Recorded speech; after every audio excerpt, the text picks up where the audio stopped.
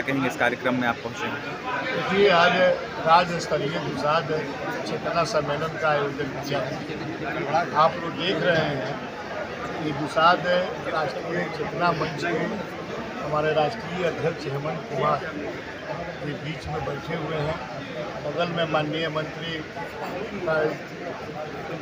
सेवक जी बैठे हुए हैं और कई एक हमारे समाज के लोग, जाति के लोग, जो जनप्रतिनिधि हैं, जो हमारे समाज के प्रबुद्ध हैं, सारे लोग मंच पर बैठे हैं और सभागार में काफ़ी संख्या में लोग बैठे हैं। यह सम्मेलन निश्चित तौर पर दुसाध जाति में एक चेतना देगी, एक जागृति पैदा करेगी। और आप सभी जानते हैं कि जनसंख्या के हिसाब से दुसाध जाति बिहार में द्वितीय नंबर पर है और इसका द्वितीय नंबर पर होने का और राजनीतिक दृष्टिकोण, शिक्षा के दृष्टिकोण से हमारे दुसाध जाति में लोग आगे काफ़ी बढ़े हुए हैं। तो हम चाहते हैं कि जो हमारा जनसंख्या है, जो हमारा ताकत है, ताकत के हिसाब से निश्चित तौर पर हर जगह हमारे लोगों को मौका मिले और हमारे लोग आगे बढ़े।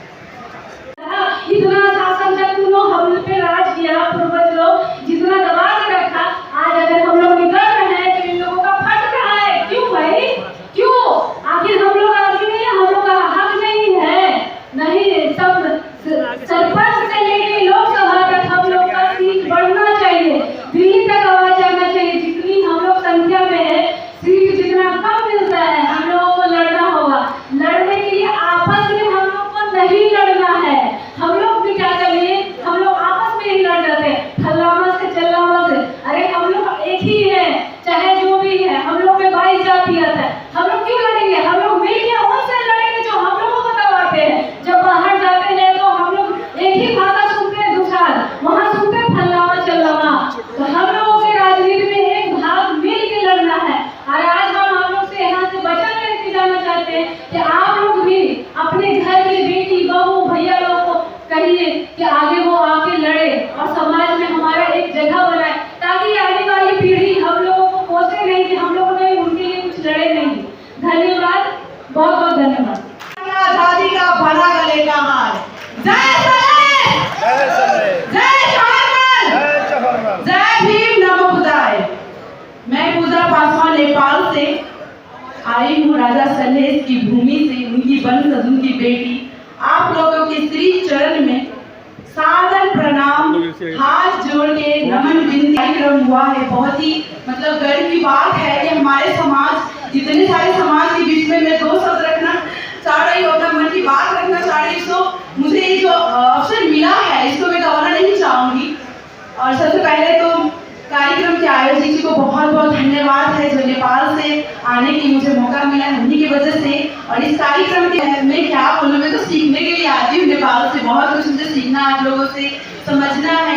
आप लोगों की बच्ची हूँ मैं, ये मुझे अच्छा लगता है अपने समाज के बीच में अपना कुछ मन की बात रखती हूँ, क्योंकि आप लोग ही हमारे समाज की वो सहिता सितारा है, हमारे समाज की वो वीर योद्धा सब है, जो हमारे पूर्वज का, जो राजा महाराजा थे हमारे समाज, 200-250 में राजा महाराजा हुआ करता था। लेकिन पहले राज्य हुआ करता था, जैसे कि 55 52 राज्य हुआ करता था। अभी तो देश में भी विभाजन कर दिया गया, नेपाल भारत का बॉर्डर लग गया है। आने में भी दिक्कत होता है कभी कभी, क्योंकि जो अभी वहाँ से जो घटना हुआ है कश्मीर में, उसके लिए बॉर्डर थोड़ा टाइट है। लेकिन फिर भी इतना रिस्क लेके पहली बार बहुत सारे लोगों ने बोला कि बुलेट चला के मत, उन्हीं के वंशज है, हमको कौन रोक सकता है। और मैंने अपना बुलेट से नेपाली गाड़ी से आ गई यहाँ पे पटना पासवान चेतना सम्मेलन में। तो कहीं ना कहीं ये हमारा जो वंशज का जो डीएनए है, खून है, रंग दिखाता है। तो ये फिर थोड़ा सा नादानी भी हो सकता है, आई एम सो सॉरी, क्योंकि हमारे भारत सरकार के, बिहार सरकार के एक पद पे राज्य मंत्री के रूप में है, तो उनको एक फर्ज है अपने समाज के लिए, अपने देश के लिए बहुत सारे जो कायदे कानून है उसको पालन करना पड़ता है। लेकिन इसके लिए सॉरी बोलना चाहती हूँ, लेकिन फिर भी बहुत बहुत धन्यवाद। और सबसे पहले तो मैं शिक्षा में बात करूँगी, क्योंकि शिक्षा ही हमारे समाज का, वो हमारे समाज को इतने ज़्यादा भीड़ इकट्ठा करके उनको समझाने की जरूरत पड़ता। तो कहीं ना कहीं जो भीमराव अम्बेडकर बाबा साहेब का जो